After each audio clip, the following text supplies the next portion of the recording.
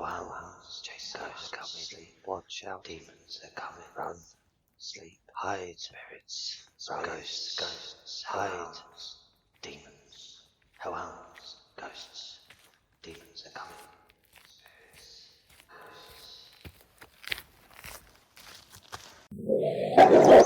Hello, my little hellhounds. Welcome to Home of Scares.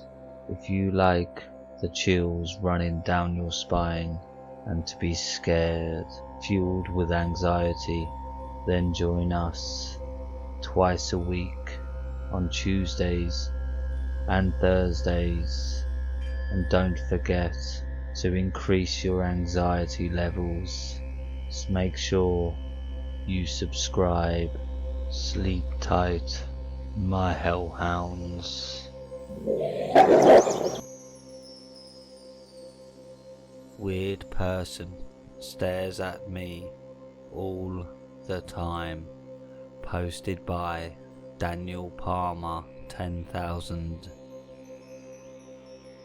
I am a college student and I live in the town about half a mile from campus. Next to my apartment complex is a very old, run-down house that has no front door. People always come and go. The people that live in the house are older, at least middle-aged. They are up at strange times. They don't seem to go to work. I take my dog out to pee around 6 each morning, but sometimes in the early morning hours too. The woman that lives there always walks through her yard when I go out, no matter what time of the day or night. Then she sits on her porch and stares at me. She is older, has short grey hair, very skinny. I tried to talk to her once and she seemed agitated and I couldn't understand what she was saying. It seems like she always wears the same clothes too. Today I got in my car, which was parked on the street near her house, and she stared at me as I walked to my car. When she stared at me, she made eye contact as I started it and drove it away. Later, I was talking with a friend outside my apartment, and she stood in the middle of her yard staring at us. She also shakes her hands a lot, but not in a mentally disabled way, just like weird muscle spasms. I'm not sure if this woman is a drug addict or what the deal is. What are the signs of drug addiction for a neighbour?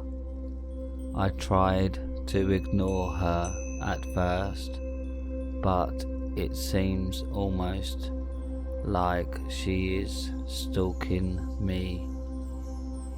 Update: I did an address search and found her name.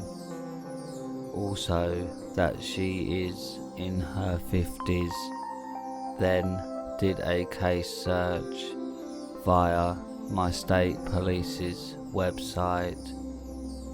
She was arrested a couple of times for dealing and possessing crack, assault on a police officer, and shoplifting. Her roommate has been arrested multiple times for distribution of controlled substances, public drunkenness, and assault. So I'm pretty sure she is a crackhead, and they are selling drugs out of the house. At least I'm 6'7", and I have a pretty menacing looking German Shepherd, even though she wouldn't hurt a fly, so maybe the old lady won't mess with me.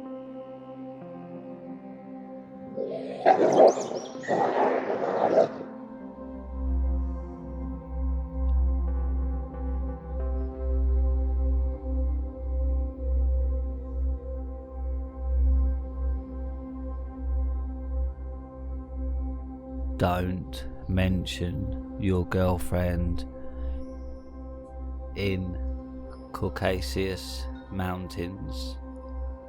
Posted by Nate808. I was living in Tbilisi a few years ago, the capital of the Republic of Georgia, running a kind of legally ambiguous consumer credit operation. When I figured it was time, I took a much needed weekend getaway in a nearby small town. The town I settled on is an extremely popular tourist location, given its beautiful location along a river, nestled in a deep valley and rife with ancient churches, with many options for potential guest houses, hotels and rentals. I decided to not book in advance and to just traipse around until I found something appropriate. I found a very adequate guest house perched on a hill with about a 1-acre plot.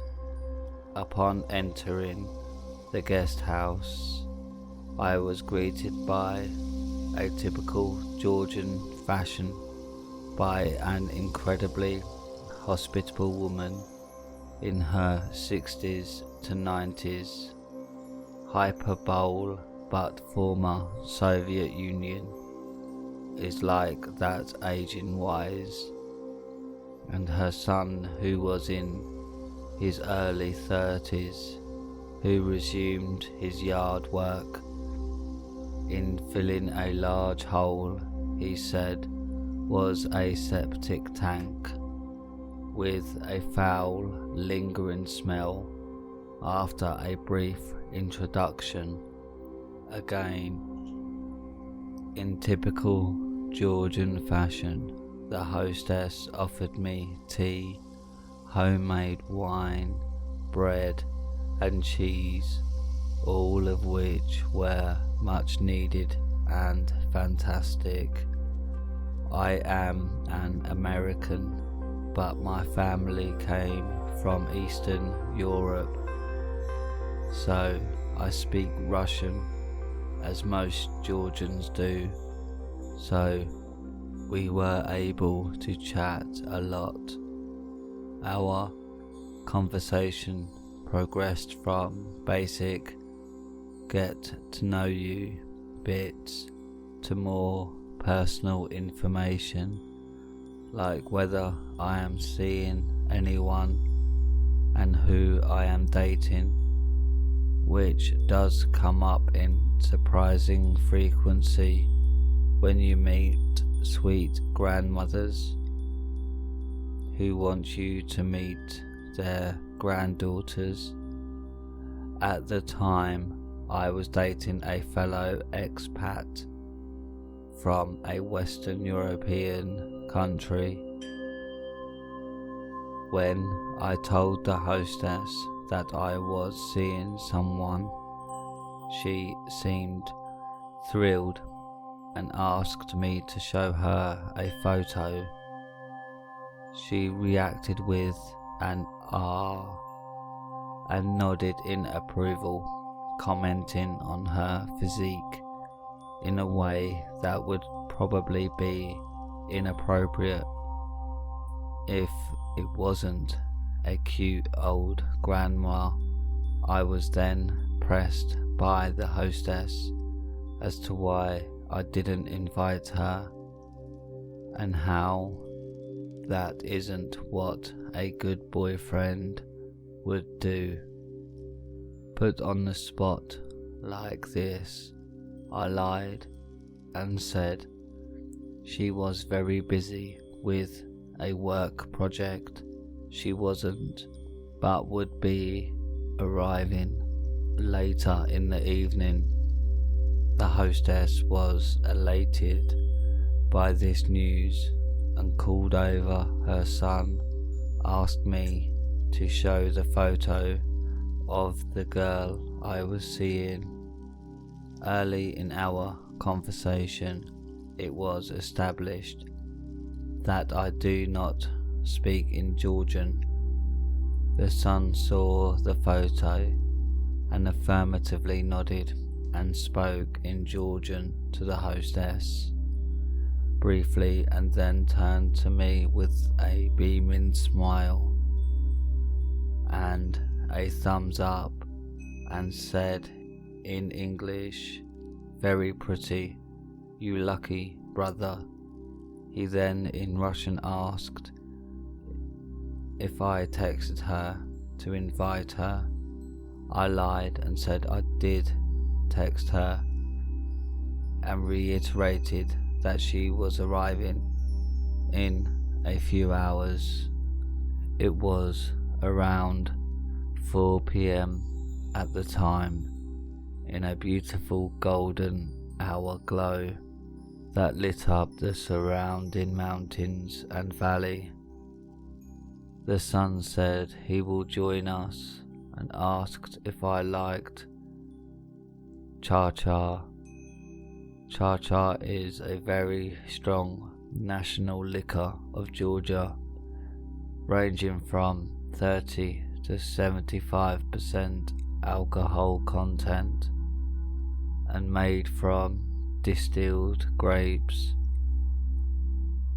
I'd become quite the savant of cha-cha, and despite some strange feelings about their fixation on the female visitor, I obliged. Cha-cha is not for the weak-hearted, but I was very used to consuming it at the time. I should have paid more notice to the very intentional placement of the shots he filled for us, but I pushed those misgivings aside and had the shot after a very traditional toast. Around 20 minutes later, I felt exhausted and ill and excused myself to my room, saying I needed a quick nap. Walking to my room, I knew something was amiss. As mentioned in the beginning, I was fronting a questionable business, and I did have a firearm in my bag. I made a mental note to take it and put it under my pillow, but as one can imagine, it is easy to remember things even on short term when apparently drugged. Despite failing to collect my weapon, I did close my blinds as the afternoon sun was blaring into the room, and I wanted darkness. Passing out at around 4:30 p.m. I awoke to darkness at 4:45 a.m. with a raging headache. My window shades were partially opened, despite me closing them before passing out. They were opened with about 2 feet of space visible to the outside. My bags were not in the position I left them, and the television was on, and on high volume despite me never using it, and the door was only partially closed. I peered out the window and didn't see anything, so I quickly went to my bag, retrieved my firearm and went to the bathroom with the intention of calling my co-workers or a driver to pick me up. I had no cell service and no Wi-Fi, despite having perfectly fine reception the day prior. I went back to the bed with the weapon under the pillow with zero desire or inclination to fall back asleep. After an hour or so of pretending to be asleep, I saw the sun peer through the window to get a look inside. At this point I was certain it was not my imagination playing tricks on me and that I was in trouble.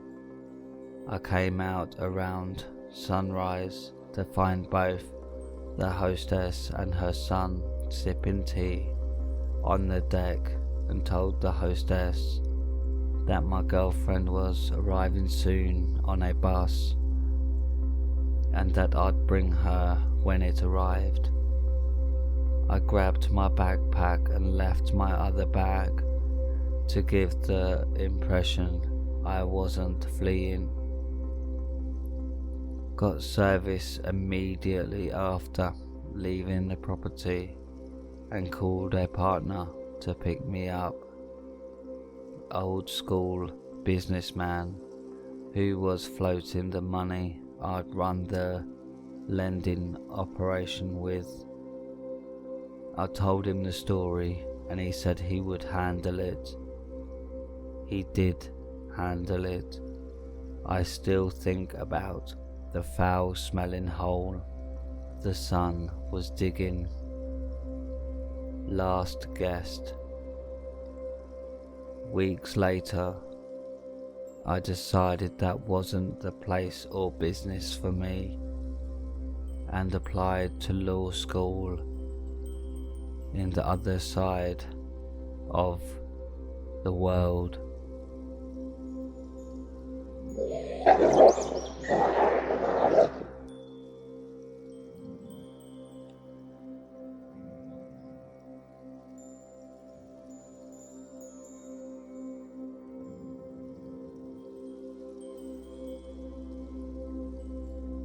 The knife-wielding murderer is me.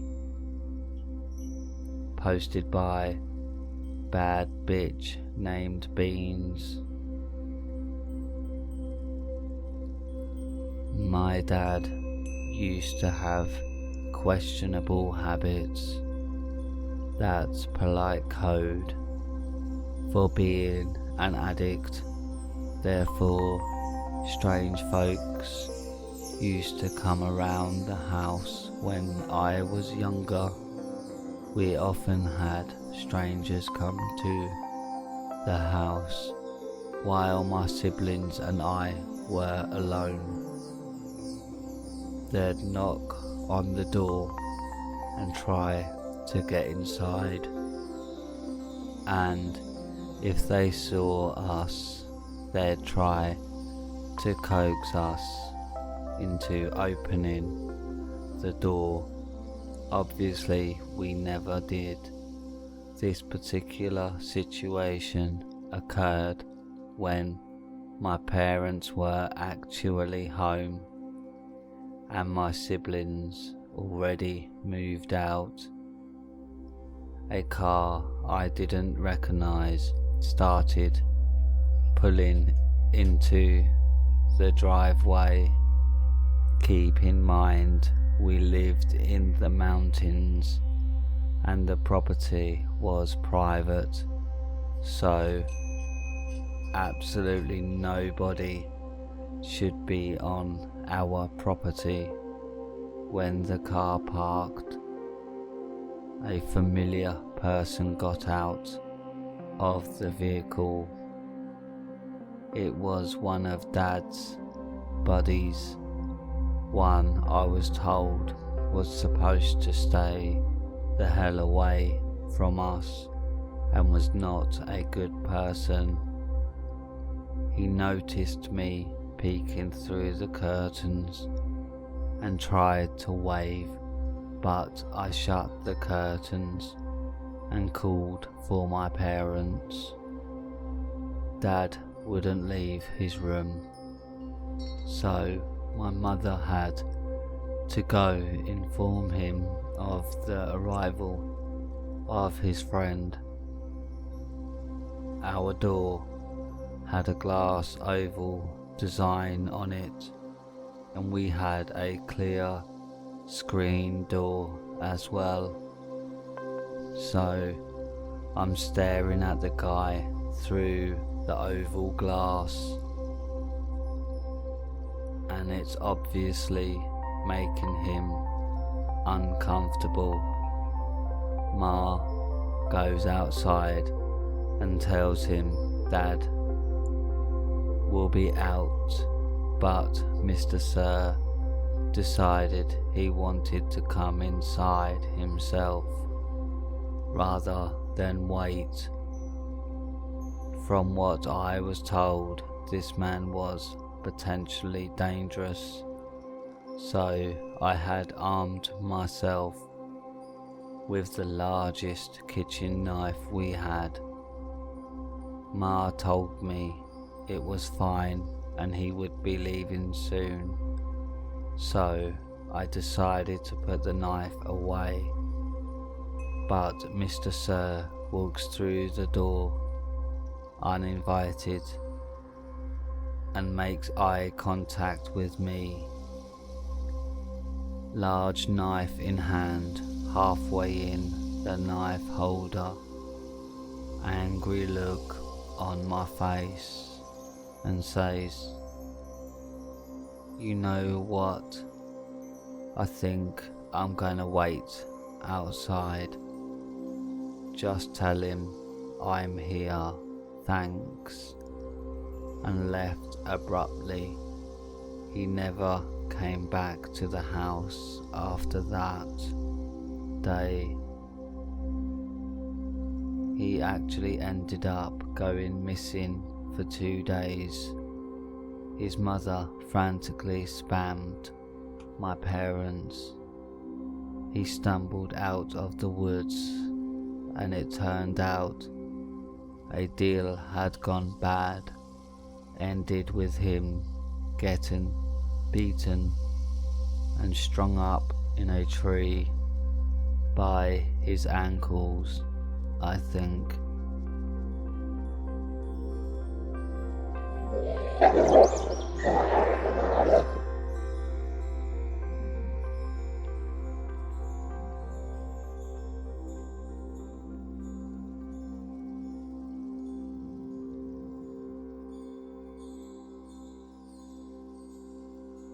A creepy encounter in Aruba, posted by VPiscitelli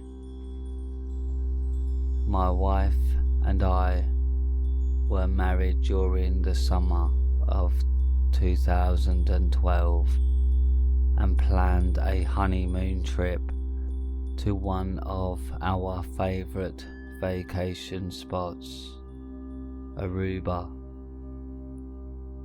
We had arrived in our hotel and began immediately mingling in downtown and soaking up the sunshine at the beach. We visited a very prominent hotel. We heard the bar there was amazing. We noticed a sign for free horseback riding excursions. The catch was you had to sit through one of those very long and drawn out timeshare speeches and actually see the timeshare housing at the hotel. We got through that and were given horseback riding vouchers. The next day I called the horseback riding company and requested their service and told them we had vouchers for payment. They said they had an opening in 2 days and they would pick us up at the hotel. Fast forward a few days later, the company arrived at our hotel and picked us up in an old, run-down, beat-up van. Upon entering the van, I noticed the driver's dashboard was lit up like a Christmas tree. I had never seen so many warning lights on at once. We closed the door and he drives to the ranch. We can hear all sorts of noises that sounded like the van was crumbling underneath us. We get to the ranch. No other riders are there, just us. It is in a very remote area of Aruba, across the island away from the tourist sections. He tells us to wait over near a shed and he will be back. As I look around, I see no horses and I noticed something weird. As I look through the shed window, I see it is completely empty. I walk over to the house and look through the huge glass door. Empty. My wife and I immediately get a feeling of dread, as if something really bad was going to happen. As the owner comes back around the house, I ask where are the other riders. He says it's just you and your wife. Wouldn't he wait for more riders to save money? Seems like a waste of time.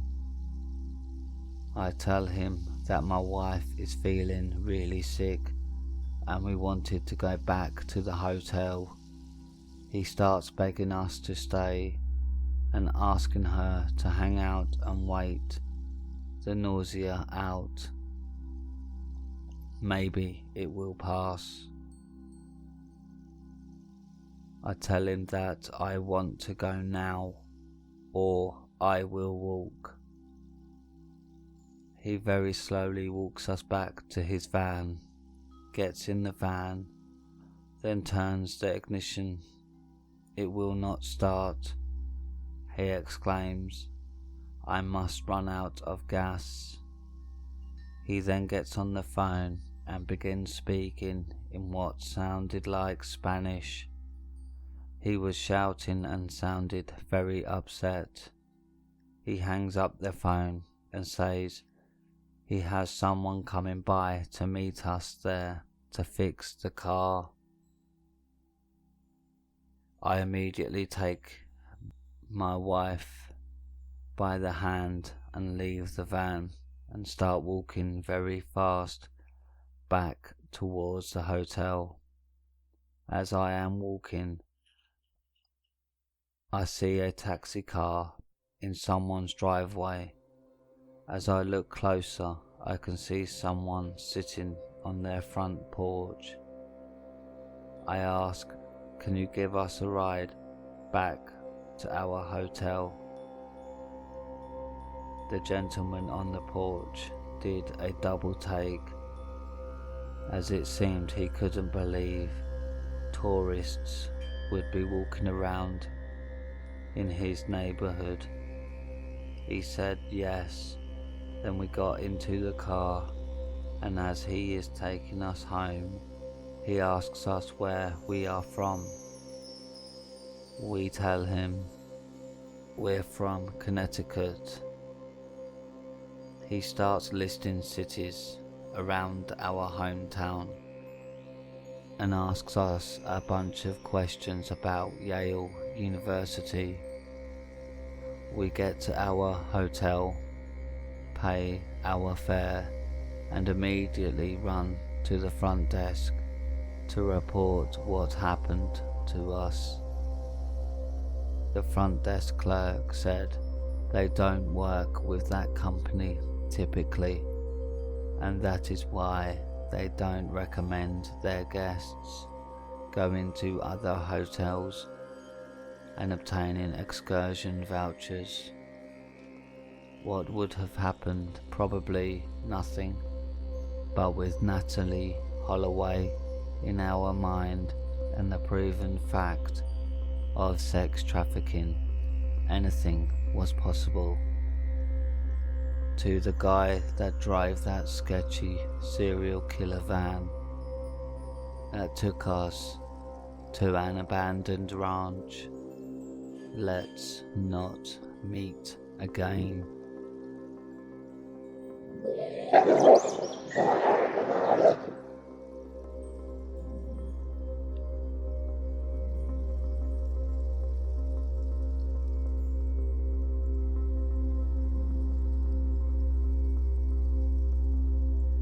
He told me he loved me within half an hour of meeting me.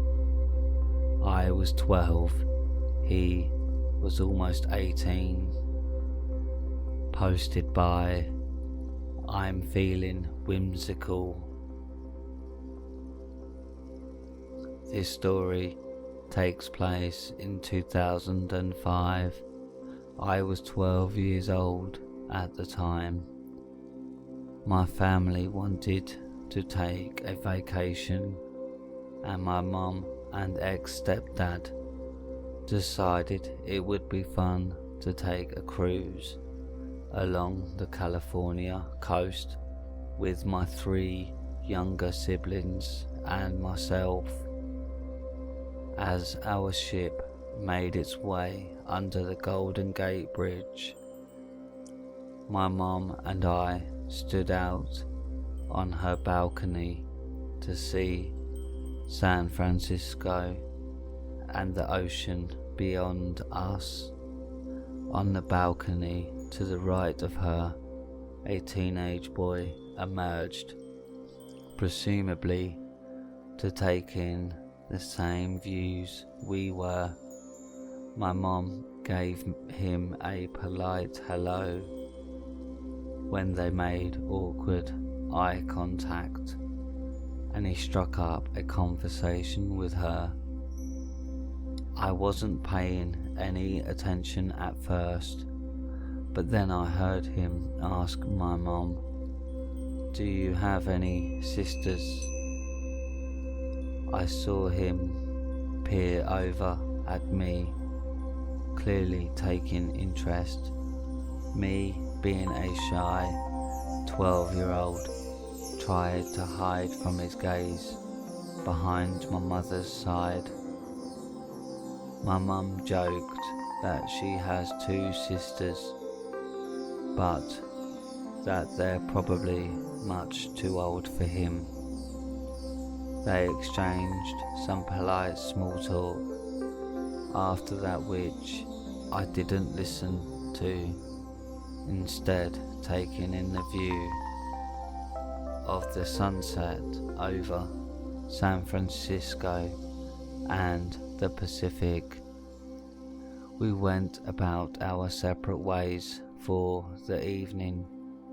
Over the next couple of days, we always seemed to be running into this boy and his family. My mother is an extremely friendly person. She would talk with them. His parents seemed nice enough. The boy would always look at me intensely. By that point in my life, I was still developing. My first crushes on boys in school. I sure as hell didn't know what to do. I didn't even know what his fixation on me implied. Just that it made me feel as if he was seeing right through me. I avoided his stares by staying near my siblings, almost out of instinctive protectiveness. On the 5th day of our trip, my mum came in and said this boy wanted to meet and hang out with us. She said his name was Asher. I thought he was weird and didn't really want to, but I was always taught to give people the benefit of the doubt. Perhaps my discomfort was me being judgmental, I thought. I reluctantly agreed, and eventually he was in our hotel room. My mum gave me this smile and raised her eyebrows as if she was playing matchmaker. Then she went into her room, which was connected to ours. Asher was very odd right off the bat, and immediately my siblings and I were extremely uncomfortable. We were watching Scary Godmother on Cartoon Network, and I awkwardly asked if he wanted to watch something else. He probably thought our cartoons were stupid. He said he didn't mind as long as he got to talk to me. My eldest brother, who was 10 at the time, immediately picked up on my body language and what he said, so he joined in on the conversation to put me at ease. Asher had an accent. I couldn't tell if he was foreign or if it was a speech impediment. A lot of what he said I couldn't quite pick up on, and he would sometimes lean over to me and say something quietly that, although I couldn't hear or understand, I knew I didn't like it. We spent the next while making awkward small talk about school, and he told me about his graduation coming up next summer.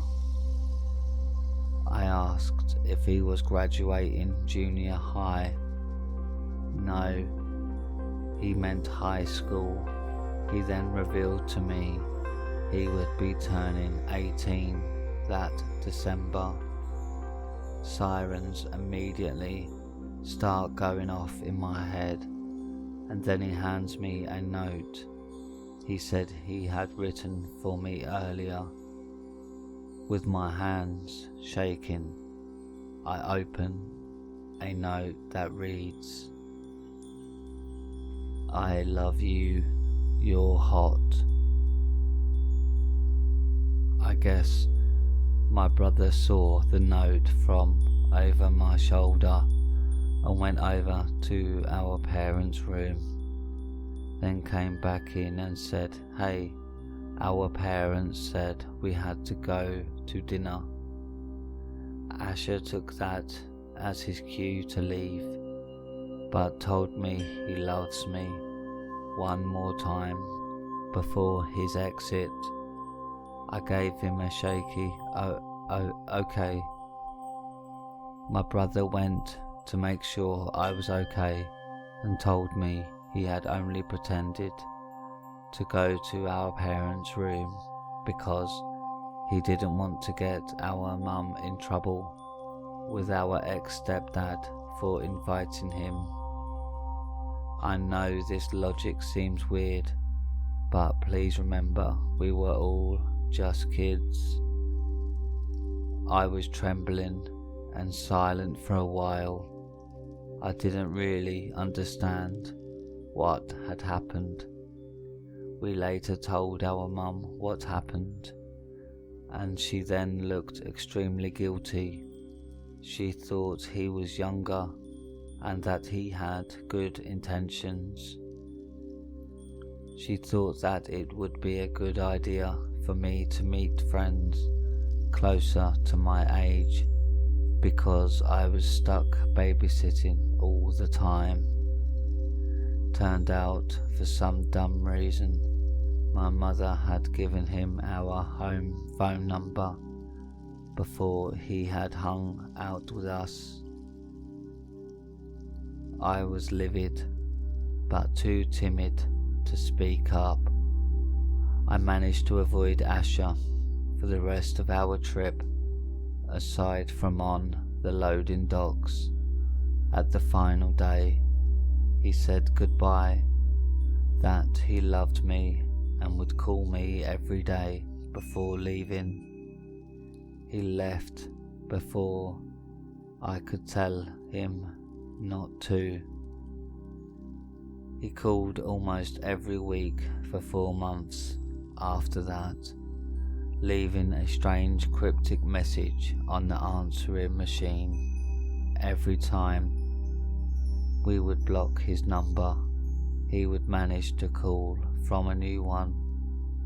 I had accidentally picked up a couple of times, not knowing it was him, and would immediately hang up, only for him to call 3 more times and leave the same strange messages.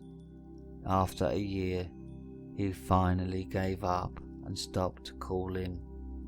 So Asher from the cruise, I may be old enough for you now, but please, let's not ever meet again, you creep.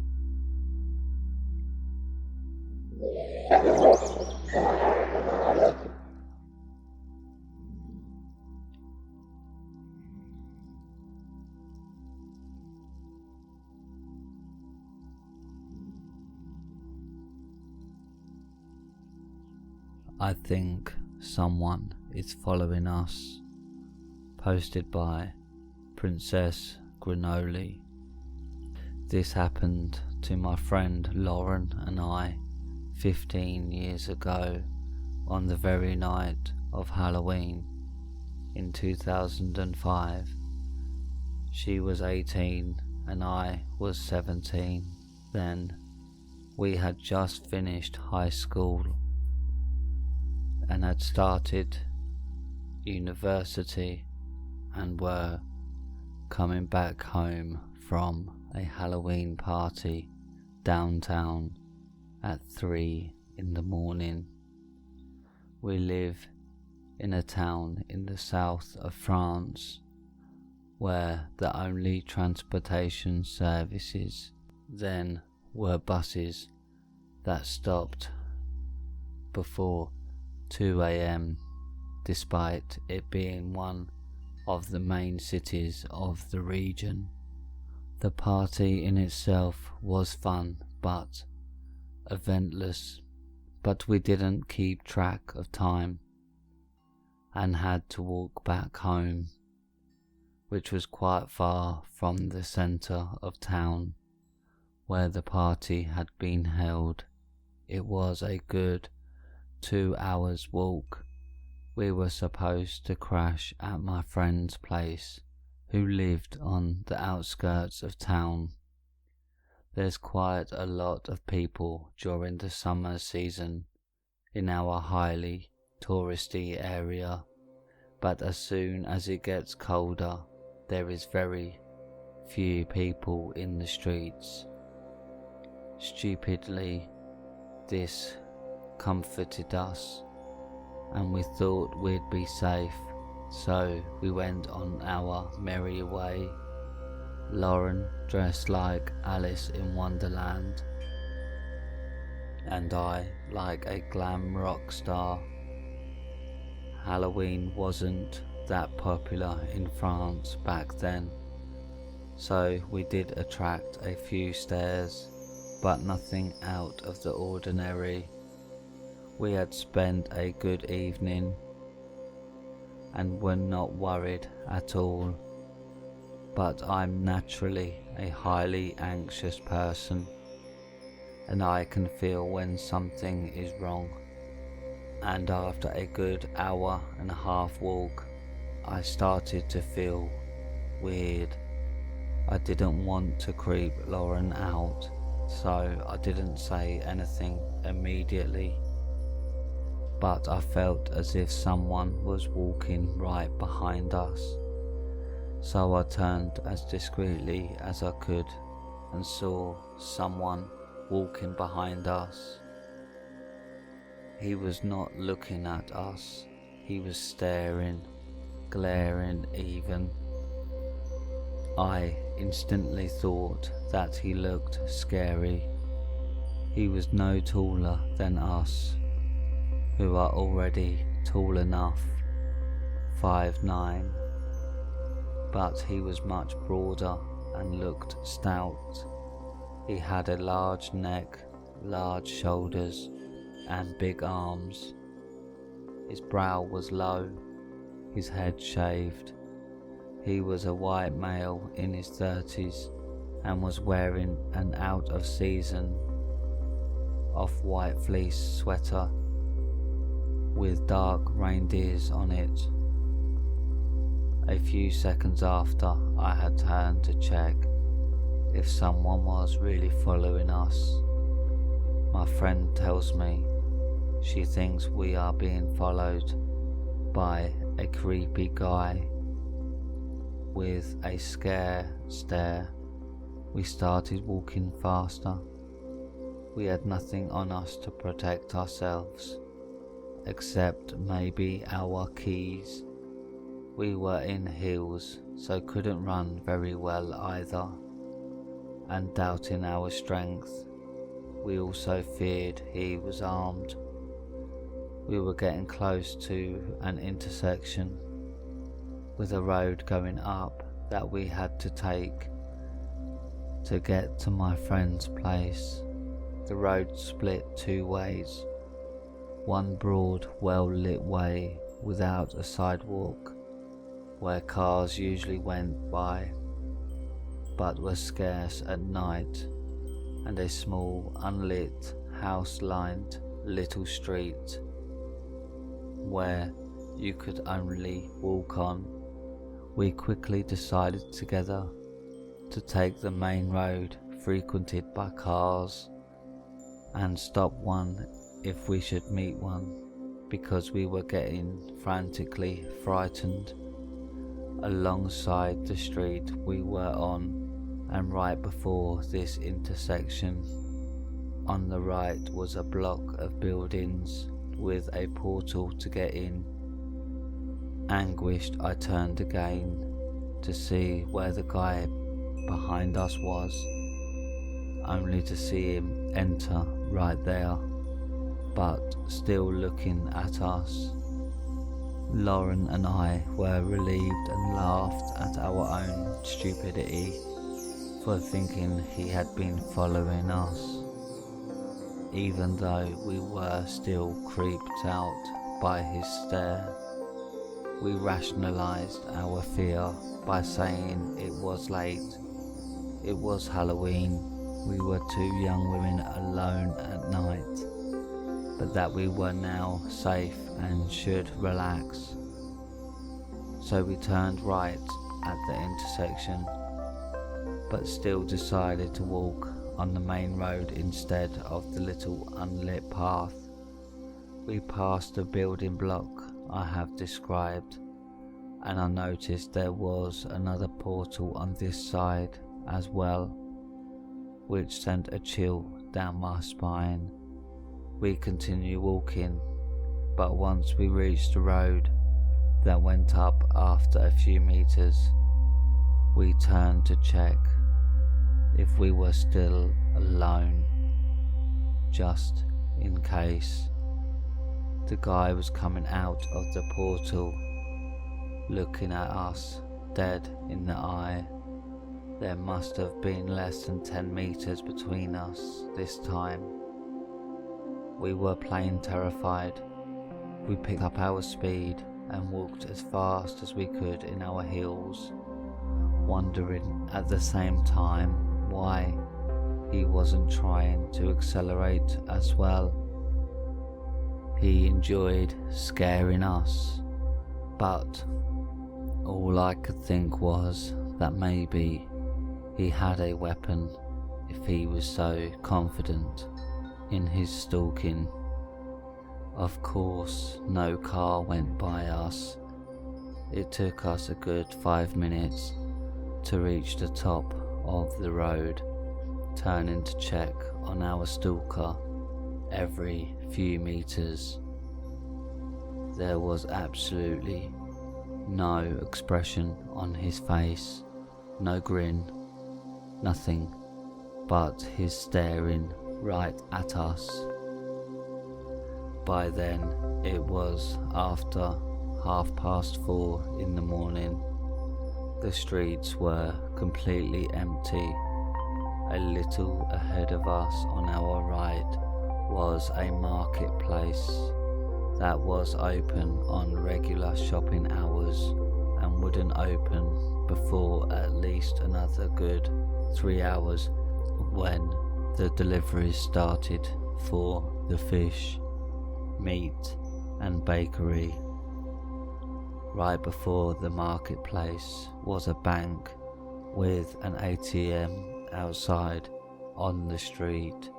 On our left, there was a gas station that was closed by night, a convenience store and a hairdresser.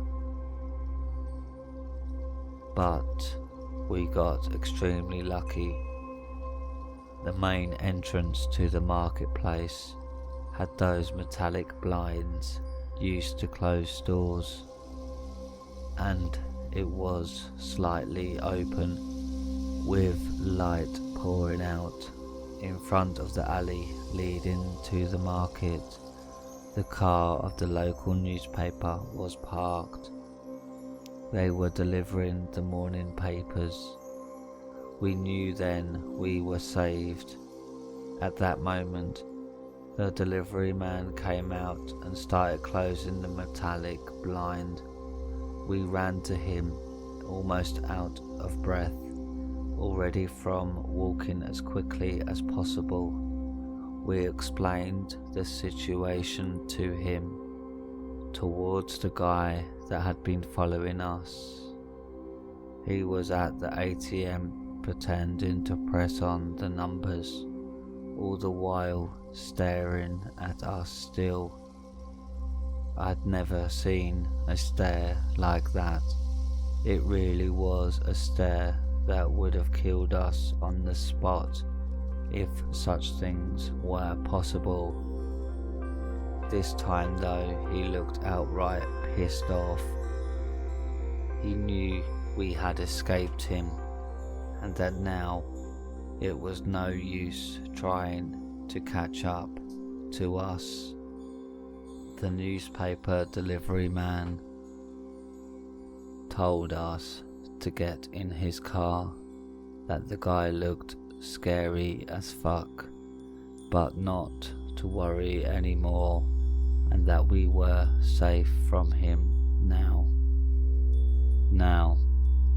So we got in, escaping that scary creep that I'm sure would have gutted us, and got dropped right in front of my friend's house.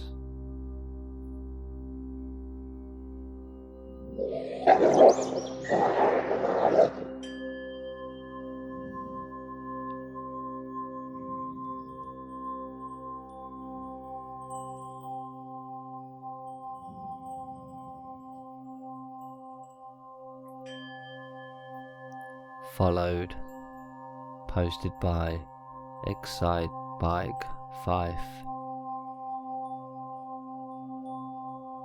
Okay, so very weird experience my ex-girlfriend and I had back in 04-05 in rural Louisiana.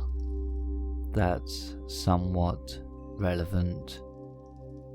We were hanging out at our parents' house on a summer night watching movies, nothing out of the ordinary. We were around 16 and 17 at the time, so when 12:30 AM to 1 AM rolled around, it was time for me to head home. I didn't have a vehicle at this point, so she usually dropped me off. Keep in mind, this is a rural area in Louisiana, and we lived on complete opposite sides of town.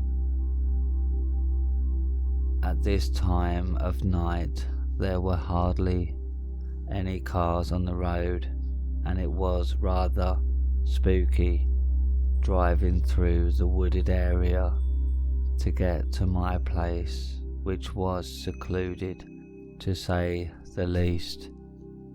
We're about halfway to our destination, and in mid-conversation she stops talking and asked me if I had noticed the headlights that had been behind us for quite some time. I replied no, that I hadn't noticed, but assured her there was nothing to worry about.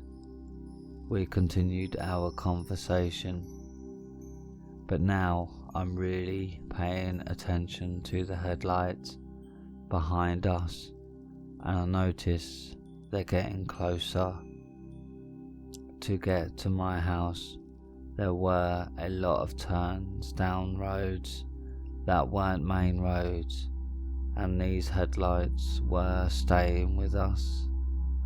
At this point, panic starts to set it for both of us as we try to come up with like a worst case scenario plan. I thought of just pulling into the first driveway, but then thought, well, what if no one's home, and would they even help us at this time of night? Scratch that idea. I had an old flip phone at the time and decided the best course of action was to call my house phone and hope that my dad would answer. Between that point of us turning down my dead-end road, I probably called 8 to 10 times with no answer, with the headlights still following us at every turn. I told my girlfriend to just pull into my driveway and lay on the horn. We pull in and do just that. The other vehicle pulls in right behind us. No one is coming out of my house, so she decides to cut across my front yard to try and get back on the road. I'm still calling as we go to turn around. The other car cuts us off, and that's when I got a look at the man, probably 50 to 60 years old, large rimmed glasses, and smoking a cigarette. Our eyes meet, and he gave me the weirdest, creepiest grin, and that's when I had made my mind that I was going to have to get out and confront the man. Right as I was building up the courage to do so, my dad ran out the front door, and the man in the car sped away. Needless to say, we didn't get very much sleep that night. She stayed at my place, and we reported the incident with the best description we could give, but to no avail.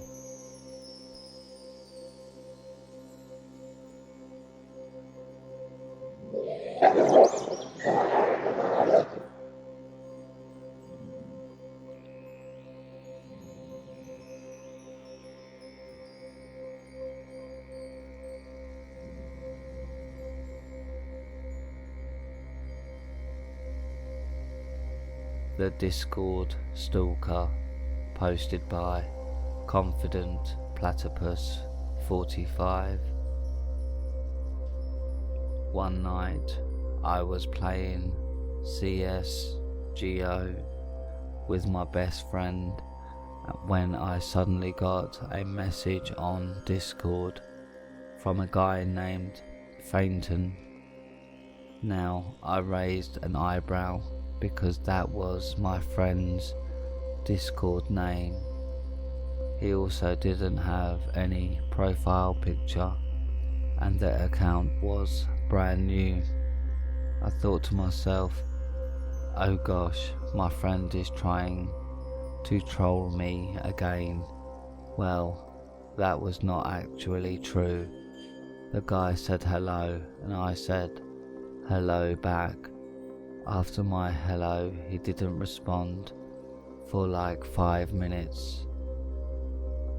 Yes, 5 whole minutes, where he did not say anything.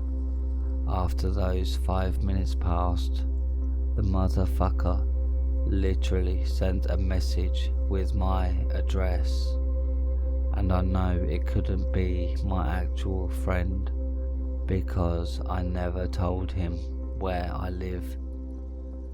And also, in case you are wondering, yes, we are not real life friends.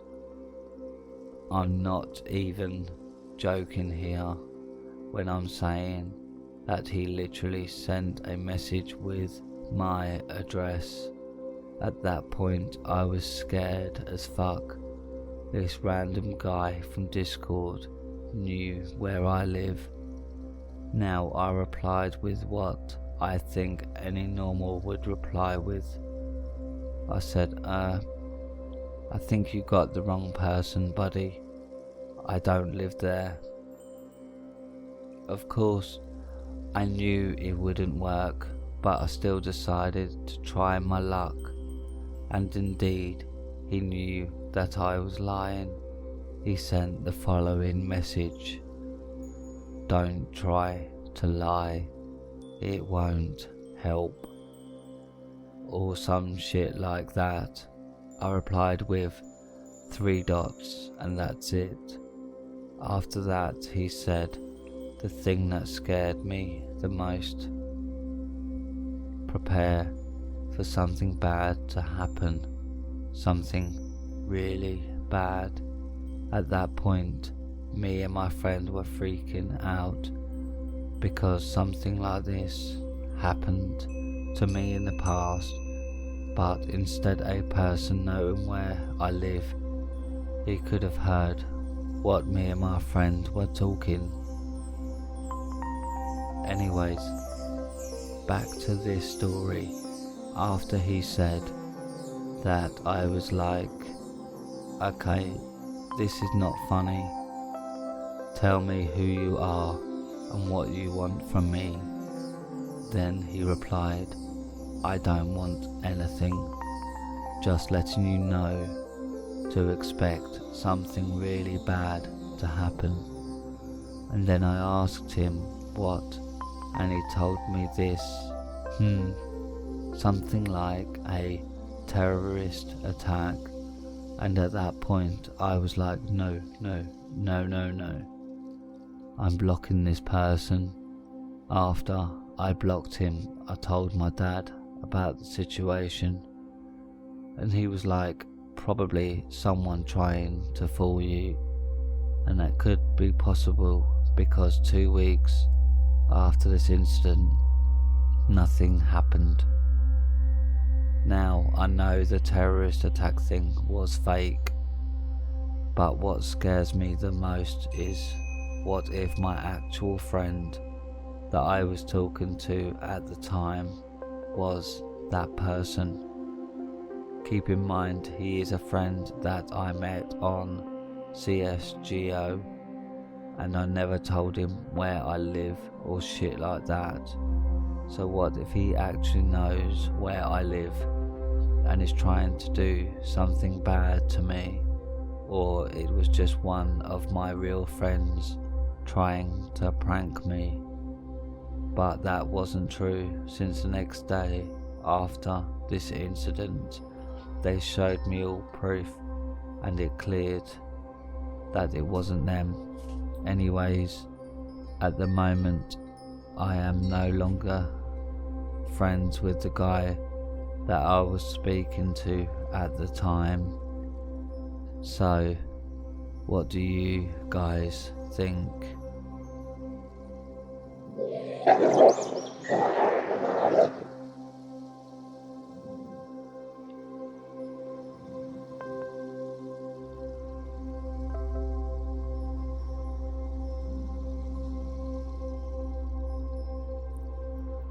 Well, thanks for listening, my little hellhounds. Now, don't forget to like, share and subscribe for more creepy stories like this. Good night, little hellhounds.